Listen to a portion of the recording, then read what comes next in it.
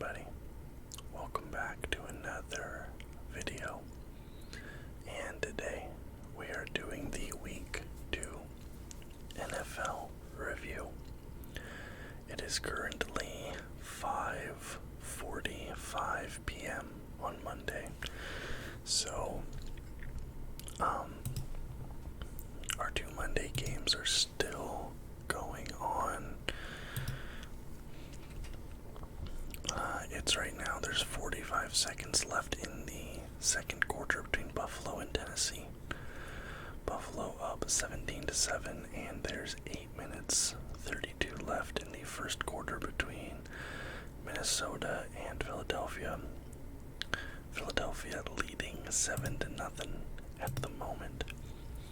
So just like I did last week, I'm going to be recording this bit, and then there's going to be an edit, and then I'm going to record the two Monday games, throw this up there. Hopefully it's up by 10, but it might be up just a little bit late.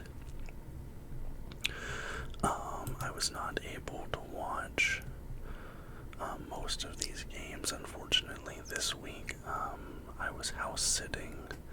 My parents were out of town for like 4 days, Thursday through Sunday, and I was house sitting the entire time for them. So, I was unable to watch a ton of games this week, unfortunately, but I have the stats in front of me. I've watched some highlights, and we'll talk about it. So, here are my predictions from earlier. These were my Week 2 predictions. And we're just gonna start off at the top. Chiefs beat the Chargers, starting off the week strong, which, don't get used to that, because this was a bizarre week in the NFL, and I feel like this is going to be a really weird season with a lot of weird upsets and come from behind victories and stuff. We'll see, but I said the Chiefs were going to beat the Chargers, and they did. Final score 27-24. This was actually a super tight game. Justin Herbert, I don't know if there's been an update on him. Let me see real quick. Justin Herbert. Injury update. Let's see. Chargers quarterback diagnosed as fractured cartilage. Will be listed as day-to-day. Okay, so he had a rib injury. It apparently was just a fractured cartilage, and he is now set to be day-to-day, so that's probably best case scenario for them, because I thought that he might have a broken rib or fractured rib or something. He was looking, he stayed in the game, but he was definitely looking like he was in pain. He was looking labored, wasn't looking great at the end, so hopefully he's able to bounce back, doesn't miss that much time, because I definitely think that that injury was directly responsible for them winning this game, or losing this game rather. But this was really back and forth for most of the game, just back and forth, kind of a slugfest. Justin Herbert, 33 completions on 48 attempts, 334 yards, 3 touchdowns, 1 interception. Patrick Mahomes, 24 completions on 35 attempts, 235 yards, 2 touchdowns, 0 interceptions. Herbert putting up almost 100 more yards than Mahomes. The unfortunate thing is that one interception that Herbert had, that was a pick 6. So that was a pick 6 in a game that the Chargers only lose by 3 points, and I'm pretty sure that happened after his injury, if I'm not mistaken. It's possible that I am. But obviously you have to think, if Herbert does not throw that interception, the Chargers probably win this game, and they're currently sitting at the top of the AFC West. But again, you never know one way or the other. It's anything can happen. And Herbert did get a pass passing touchdown right at the end to kind of try and bring this thing back. It just did not end up happening that way. So that was my first prediction. My second prediction that I actually caught a little bit of flack for was the Patriots beating the Steelers, but there we go. I got a W on that as well. This was in Pittsburgh, and the Patriots were actually a 2.5-point favorite on this game, but the funny thing is that the over-under on this game was 40.5 points, and obviously that didn't happen. Final score is 17-14, so you combined for 31 points there. Not a fantastic game, really. I mean, they're not leaping off the page at me here for either Mac Jones or Mitch Trubisky.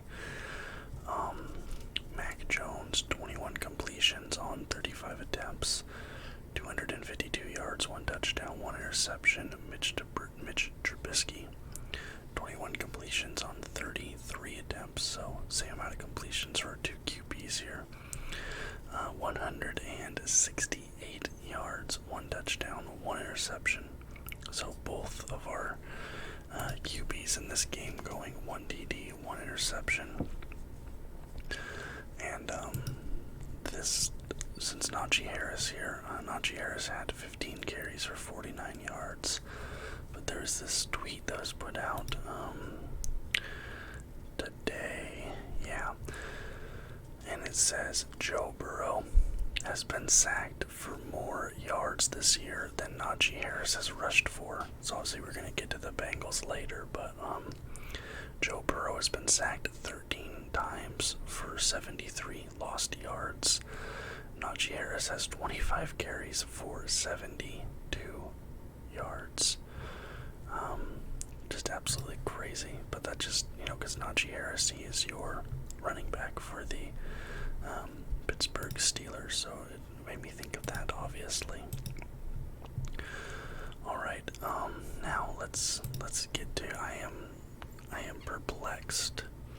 I'm absolutely perplexed by this Indianapolis team. I said the Colts were going to beat the Jaguars, and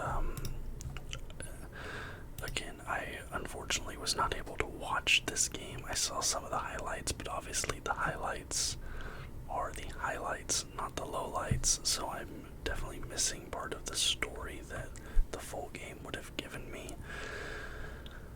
But I really do not understand how the Indianapolis Colts still do not have a win on this season, especially against this Jaguars team.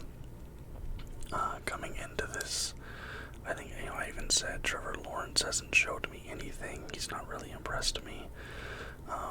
Well, Trevor Lawrence came in here, opens the game up, passing touchdown. Third quarter gets another one, and Matt Ryan just stank up the place. Jonathan Taylor, they're not giving him the ball. Like, Jonathan Taylor had 9 carries. I don't know if he's hurt. I don't think he is. Jonathan Taylor injury, but limited volume in blowout loss. Let's see. Yeah, Taylor carried the ball 9 times for 54 yards in Sunday's 24-0 loss to the Jaguars.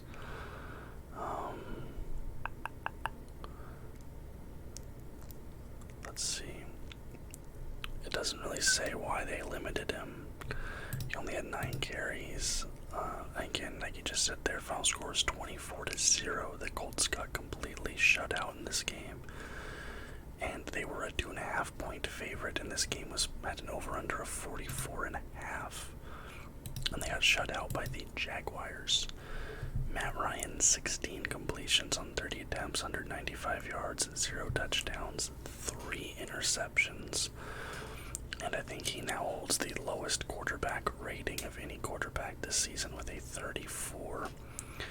Trevor Lawrence, 25 completions on 30 attempts, 235 yards, 2 touchdowns, 0 interceptions. Like, he had a good game.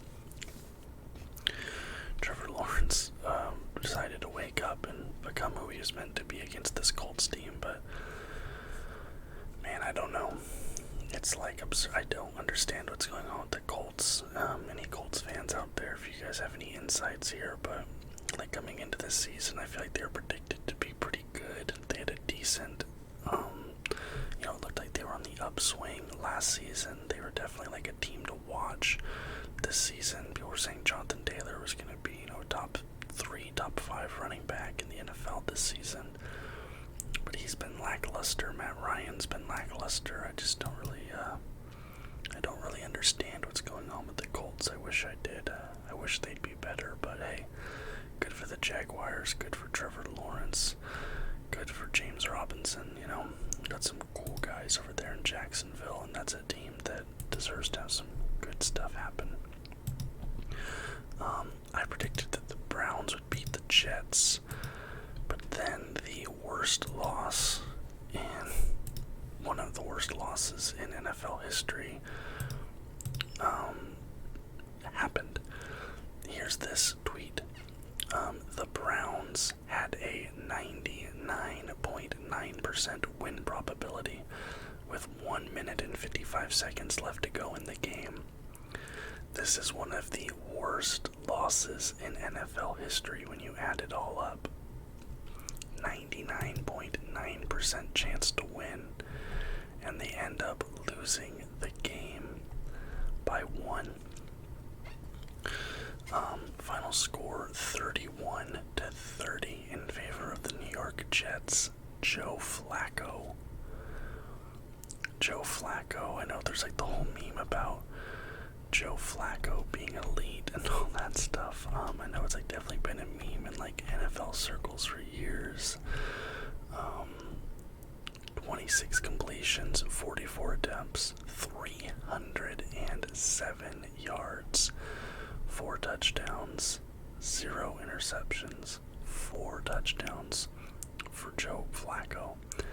Jacoby Brissett, not a terrible game from Jacoby. 22 completions on 27 attempts, 229 yards, 1 TD, 1 interception.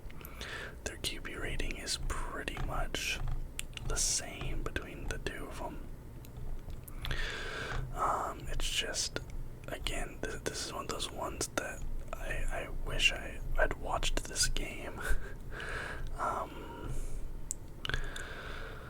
Looking at the score, you have a Nick Chubb rushing touchdown to start the game, so then you have 7-0 Browns, 2 passing TDs in the second for the Jets, and 1 for the Browns, so now you're at 14-14 going into the half. And then at the end of the third, it's 17-14 in favor of the Browns.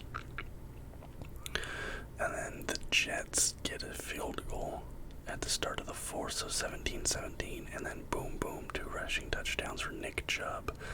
Nick Chubb, who had 3 touchdowns on 17 carries for 87 yards in this game, by the way. Nick Chubb, was putting the team on his back. That's a crazy stat line. 3 touchdowns, 87 yards, 17 carries. And then you have 2 passing touchdowns from Flacco, 66-yard gain, and then a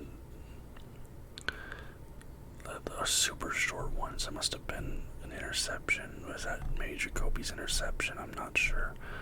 I have to look up and see how this game ended. Hold on. Do I have my... Yeah, okay, let me come up here. I just want to see this highlight here. Boom, top from the 2 past 24 hours this past week. Let's go top from this past week.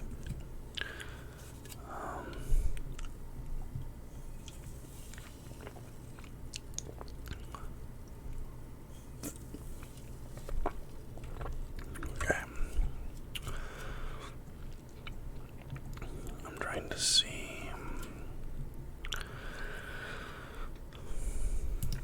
Ashton Davis picks off Jacoby Brissett. Okay, so what do we have here? It's 31-30. 10 seconds left, so they've already scored. The Browns are already down 1, and then Brissett throws that pick, his only pick of the game, and it basically secures the win for the Jets right there, okay? I don't see how they came back. I'm not seeing that, but that was a good interception to give him that win. But obviously those last 2 touchdowns somehow came in in the last 155 or something. I'm not sure. I really wish I would have watched that game. Yeah. Okay. That's unfortunate, but anyways, I got that one wrong, but I'm not mad about it. Like, good for the Jets, and good for Joe Flacco. That rocks for them. I said that the Ravens were going to beat the Dolphins. This is another one that I'm happy to be wrong about. Like, wow, what a crazy game from Tua Tagovailoa. What an insane comeback victory. Like, I was actually able to see this game, and I was like, oh wow, I am a Dolphins believer. Dolphins are like my second favorite NFL team. I think I've mentioned that before. Dan Marino is my favorite player of all time, like, period. And, wow, what a fantastic game this was. Like, a real back and forth. Not even really a back and forth because it was a comeback win, but like a great QB game. You start off with a kick return touchdown, like the rarest type of touchdown type of scoring play in the NFL, I'm pretty sure. Maybe not the rarest. I think like the 1-point safety is rarer, but still. And then Tua gets one back, and that's just all Ravens. And then Tua gets another one back, but that's Ravens again. Lamar Jackson ran one for 79 yards this game. Like, absolutely crazy that he does that. And then it's boom, boom, boom. Tua, 3 passing touchdowns back to back. And, like, nice ones too. Nice passes. A 48-yarder, 60-yarder. Like, great passes. Then you get a field goal from the Ravens to put them back ahead. And then Tua again, 7 yards to Waddle, passing TD. Tua Tagovailoa, I've criticized him in the past. I'm not saying he has to be this good again, but if he can just look like half this decent, not even decent, like this was an amazing game, but you know what I'm saying? Like, if he can look half this good going forward, like, I'll be a Tua believer. 36 completions on 50 attempts, 469 yards, 6 touchdowns, 2 interceptions for Tua Tagovailoa. Lamar Jackson, 21 completions, 29 attempts, 318 yards, 3 TDs, 0 interceptions. Absolutely insane for the Dolphins. Tyreek Hill, 11 receptions on 13 targets, 190 yards, 2 touchdowns. Every time Tyreek Hill was catching that ball, it was a first down. That's just crazy. Amazing game. Where is it? There's this quote from Tyreek Hill. Not only is Coach McDaniel going to need a wheelbarrow, Tua going to need a wheelbarrow after the season to tote his money, his boatload of money, and also his cojones. That's a great quote. There's this other one. Where is it? This is from 538. Tua plus 321 and Lamar plus 485 had the greatest QB shootout ever in the Super Bowl era per 538's quarterback ELO, while Lamar posted the highest quarterback ELO in a loss ever.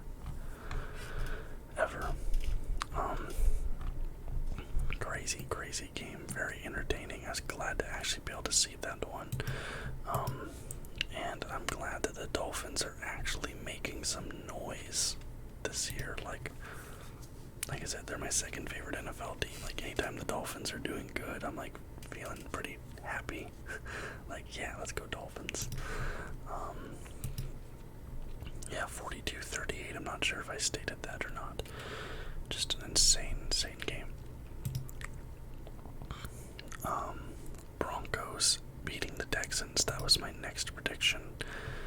And I did get that one right, but just barely. The Broncos have some issues. And I don't think it's just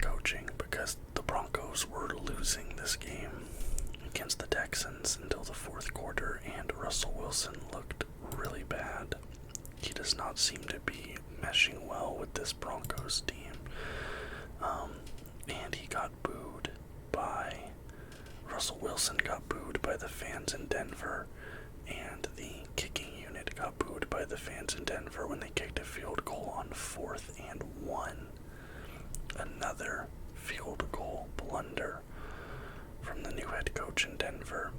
And yeah, the Broncos barely scrape out this win over the Houston Texans. All teams 16-9 in favor of Denver. Davis Mills, 19 completions on 38 attempts, 177 yards, 0 TDs, 0 interceptions.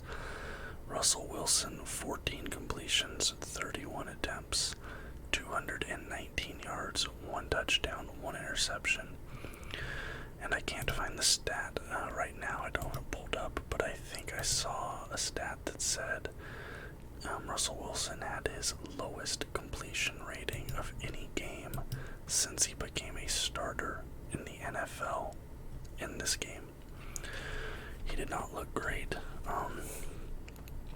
Hackett came out after the game, said that he needs to get ahead of it a little bit, whatever that means. But yeah, just not fantastic, and barely beating the Texans, even though Davis Mills is potentially the GOAT. Not fantastic. Okay, moving on. Cardinals and Raiders, and this game was looking like it was gonna be all Raiders. I was getting ready to accept that I got a W. I was like, oh good, they bounced back. Derek Carr bounced back, but man, oh man, oh man. The Raiders must be cursed or something this season. I don't know who hates them, what deity has it out for them. The Cardinals end up winning this one 29-23 after 2 straight rushing touchdowns to tie the game, and then a fumble recovery touchdown to win the game in overtime. Brutal way to lose for the Raiders, but what a comeback win for Kyler Murray and the Cardinals. Kyler Murray, 31 completions on 49 attempts, 277 yards, 1 touchdown, 1 interception. Not an amazing game from him. He had a pretty low QB rating, honestly. Derek Carr, 25 completions, 39 attempts, 252 yards, 2 touchdowns, 0 interceptions, so it wasn't really Carr's fault. I think, Renfro gave up that fumble at the end of the game, which got the fumble return touchdown. But man, oh man, what a heartbreaking way to lose that.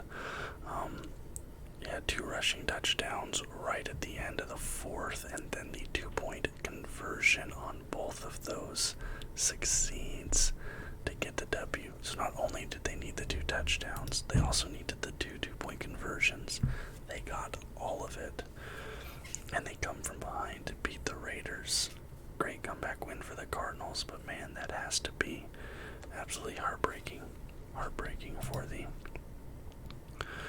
Raiders and their fans. Now we move on to the Cincinnati Bengals versus the Dallas Cowboys, and does anybody want to tell me what's going on with the Bengals? They invested so much money into their offensive line this offseason, and they somehow got worse.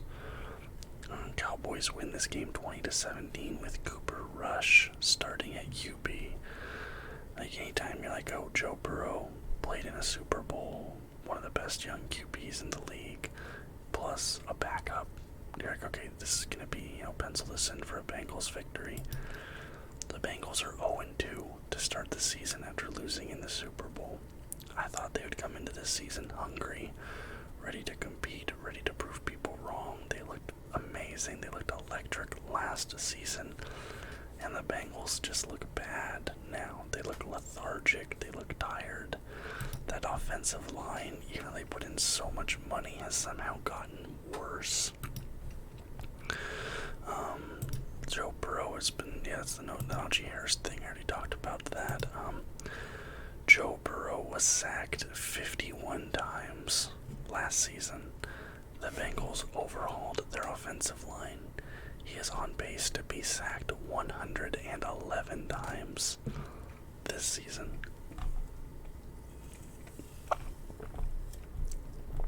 You cannot let your young franchise QB, who has already in his career suffered a season-ending leg injury because he was sacked, get hit that many times.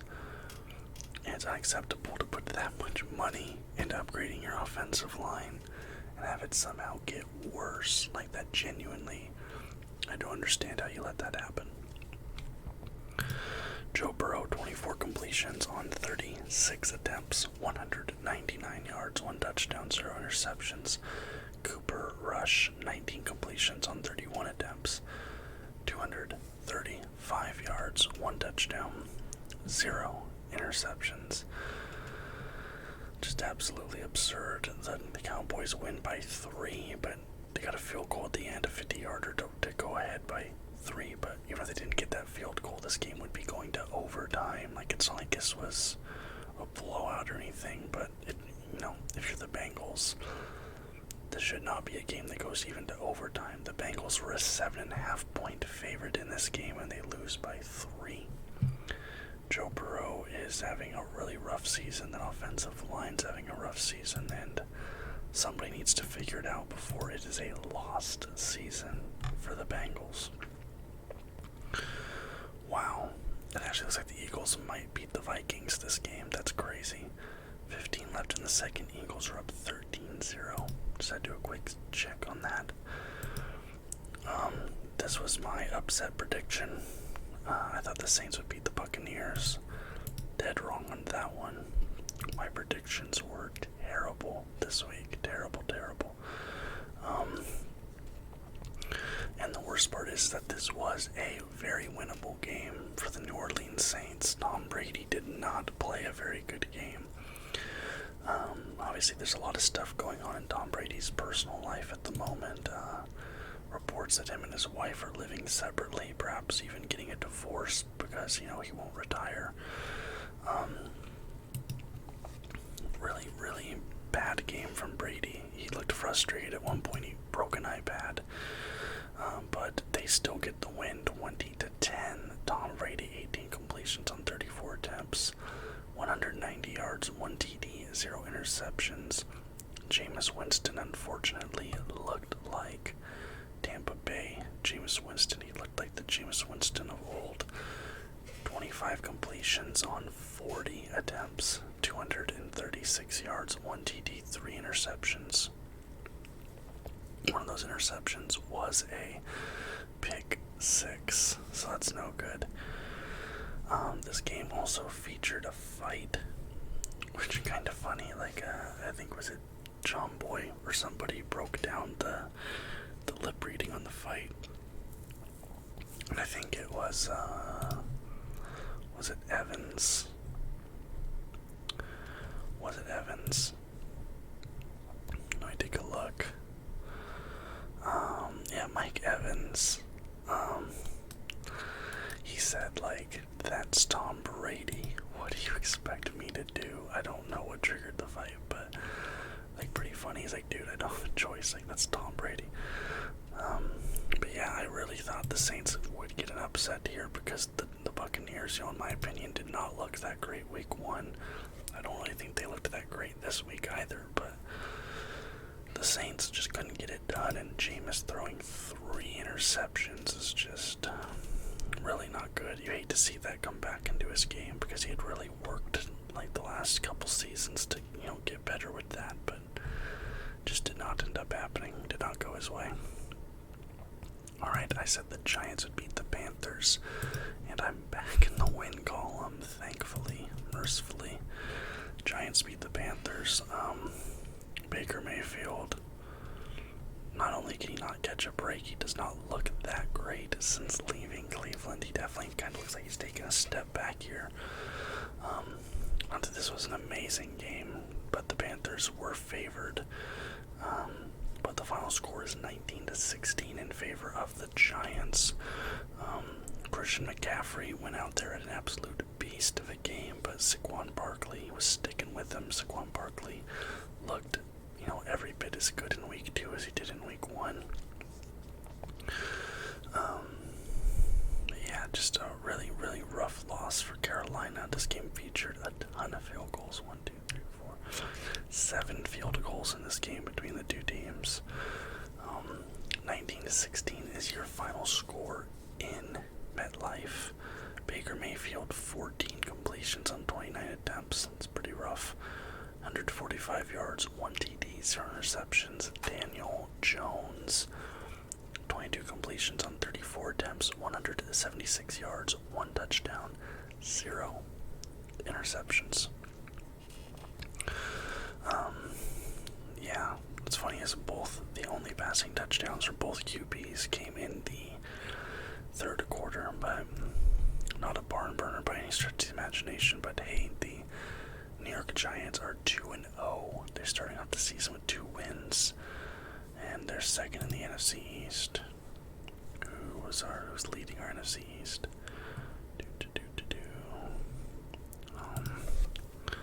NFC East. Who's leading right now?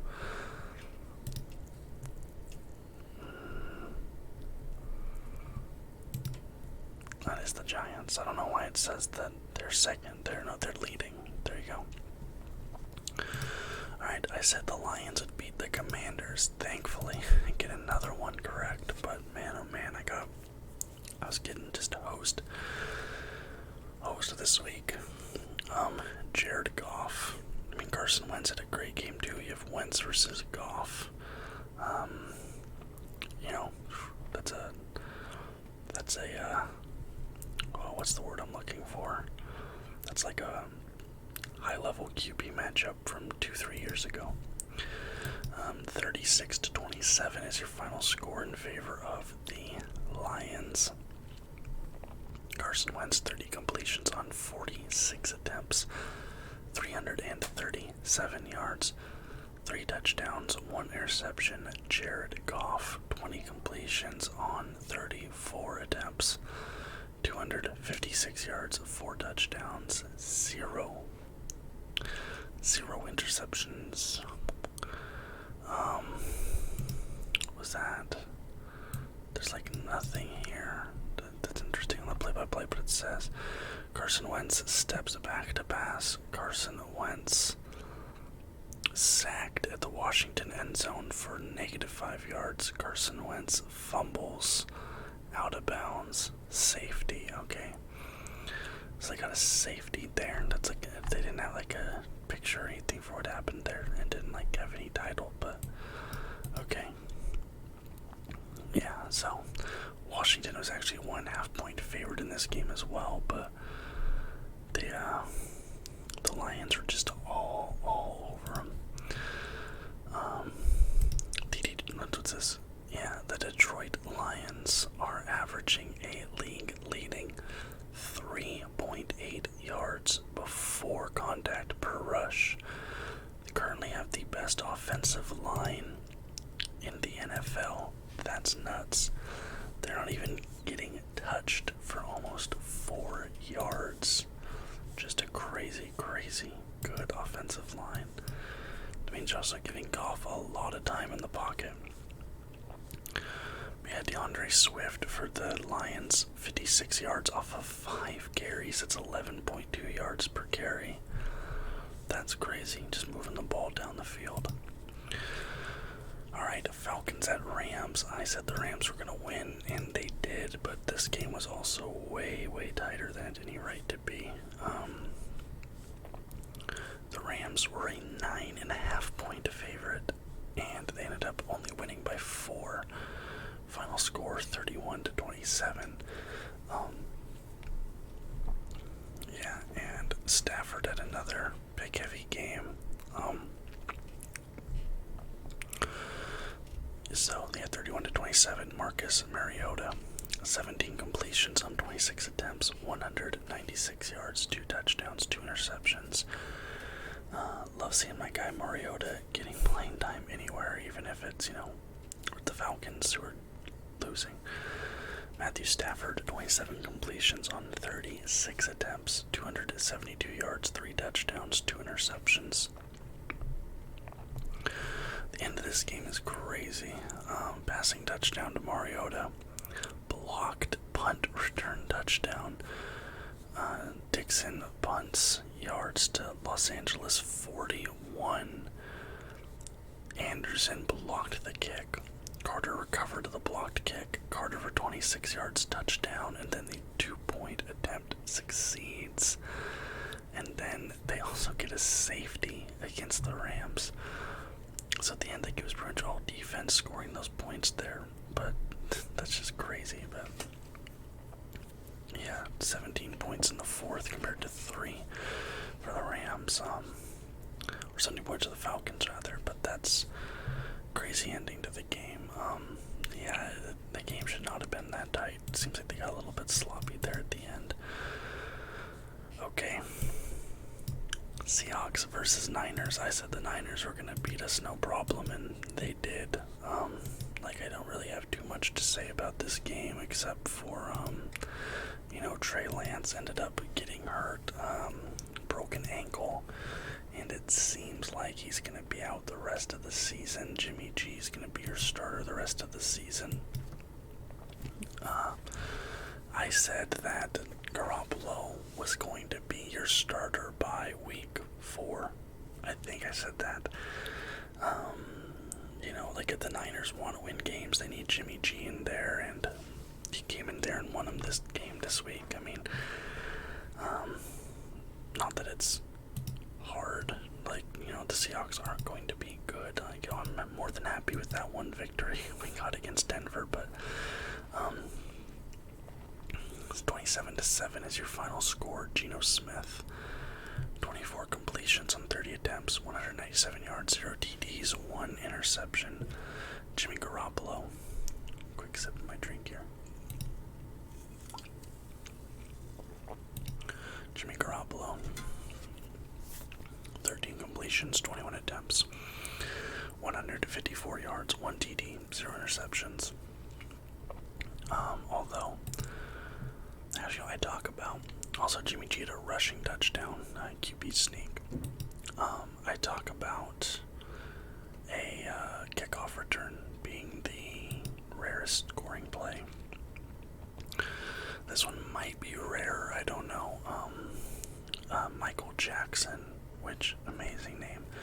Michael Jackson for the Seahawks recovered a blocked field goal and then returned it 85 yards for a touchdown.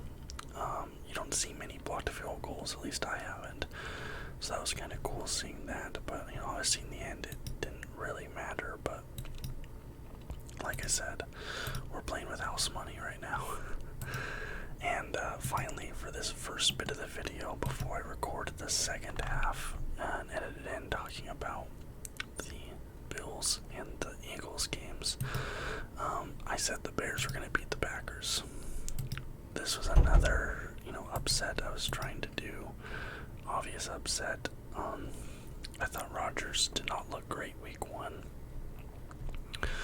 But man, oh man, did Justin Fields look terrible this game. I don't know what they're doing with Justin Fields. They only allowed him to throw that ball 11 times.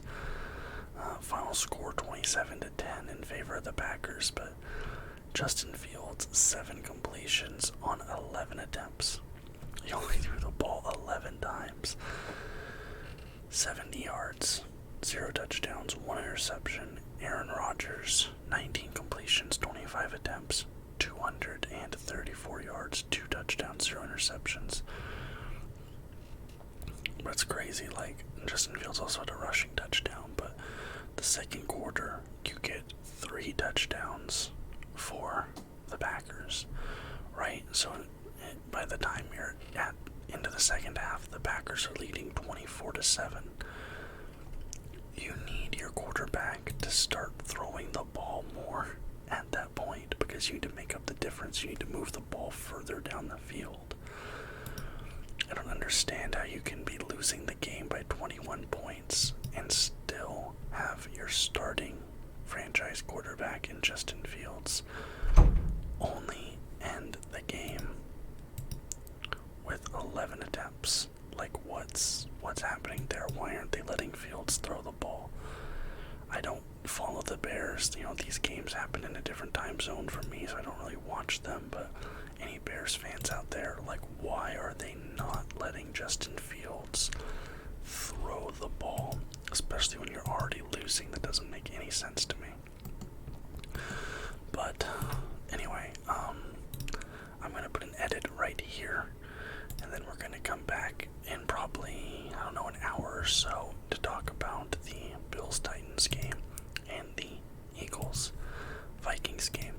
So I'll see you right. And I'm back. Welcome back, everybody, back from the edit. I don't remember if I was trying to set up some cool thing for me to say when I came back from the edit or not, but Bills beating the Titans. That's a W. Final score in that game, 41-7 in favor of the Bills. They're now 2-0. Absolutely blowout win for Buffalo here. Another concerning game for Derrick Henry, even though he did get a touchdown this game, so that's an improvement over last week. He only got 25 yards off of 13 carries. That's an average of 1.9 yards per carry. For reference, James Cook for Buffalo, 53 yards off 11 carries. More than twice as many yards per carry as Derrick Henry. Back-to-back weeks of bad performances from him, a little bit concerning. Because he is the heart and soul of that Tennessee offense, and Tennessee was definitely hoping to have a season this season that was better than last season, but starting off 0-2 with a slow offense, definitely not what Tennessee was expecting to be, the position they're expecting to be in right now. This is not where they want to be at. Ryan Tannehill, 11 completions on 20 attempts, 117 yards, 0 touchdowns, 2 interceptions, and one of those was a pick six that was returned basically 50 yards towards the very end of the game, fourth quarter. Not a great game from Ryan Tannehill in the matchup of the two number 17 jerseys. Josh Allen, I think Ryan Tannehill now has our worst QB rating of the season, 32.7. I think that's a new low. Josh Allen, 26 completions on 38 attempts for 317 yards, 4 touchdowns, 0 interceptions. An amazing game from Josh Allen. Just carved up that Tennessee defense. Stephon Diggs, the stat line from Diggs, 148 yards off of 12 receptions. That's 12.3 average yards per reception, and he had 3 touchdowns. Diggs is just an absolute machine, one of the best wide receivers in the league, and so exciting to watch. Moving on, Vikings at Eagles. I thought the Vikings were going to easily handle the Eagles, but my oh my. We end this week on an L. The Eagles beat the Vikings in Philadelphia 24-7. Kirk Cousins looked terrible this game. Kirk Cousins looked so bad. And Jalen Hurts, I thought he had one of the best quarterback performances in week 1. He continues that in week 2. Jalen Hurts, 26 completions on 31 attempts. He only missed 5 passes this game. He had 333 yards. Jalen Hurts had 1 passing touchdown and 2 rushing touchdowns. One of those was a 26-yard rushing touchdown, and then Hurts had 1 interception. Kirk Cousins, on the other hand, had a bad game. 27 completions on 46 attempts, 221 yards, 1 touchdown, 3 interceptions. But wow, I mean, what a game. What a game from Jalen Hurts. Like, this is back-to-back elite level games from like a young quarterback. I love to see that. That's so exciting. And for Eagles fans, having a young, exciting quarterback on your team, like, I'm stoked for you guys, and I hope he can maintain this level of play throughout the season. Eagles 2-0, number 1 in the NFC East at the moment. That's craziness. You just love to see that, and I honestly was expecting a lot more out of the Vikings after that Week 1 domination, frankly, over the Packers. They dominated the Packers and then just kind of did nothing this game. Kind of disappointing. Right, so, alright, so there were 16 games this week. I got 1, 2, 3, 4, 5, 6, 7, 8. I got 8 correct. I got 8 wrong. I went 50% this week. 50% on the dot. And what did I do last week? So let me quickly, very unprofessional, pull up my week 1 review. Make sure my speakers are off. Okay. Week 1, I did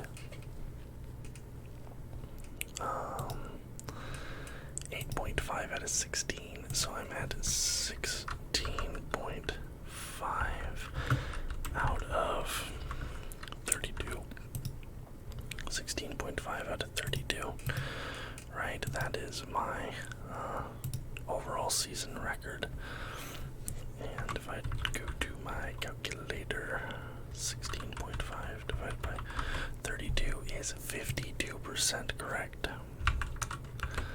So, this is where I am currently sitting at for this NFL season. I've basically gone 500 both weeks. Hopefully I can pick it up a little bit next week. Like a 60-70% accuracy would be nice, if not a little bit better. But that was week 2 of the NFL season. So tomorrow I have a video looking at the Fortnite Battle Pass. I know it's like a day or 2 late, but I wanted to make sure I got this out Monday. Wednesday we'll have the week 3 predictions coming out. Don't know what's going on Thursday, Friday. If the Modern Warfare 2 beta is still open, I might try and hop into that, but I'm not 100% sure. Also, I'm kind of considering having Sundays be my 1 day off every week of uploads, but I don't know. I've skipped the last 2 Sundays, and it hasn't really seemed to hurt things too much, so something I'm playing around with. We'll see what I do going forward. But anyway, guys, I hope you enjoyed this video. I'd love to hear any and all comments you have about this week of NFL football in the comments down below. If you enjoyed the video, please leave a thumbs up. Subscribe to the channel for more content just like this every single day. And until next time, guys, bye-bye.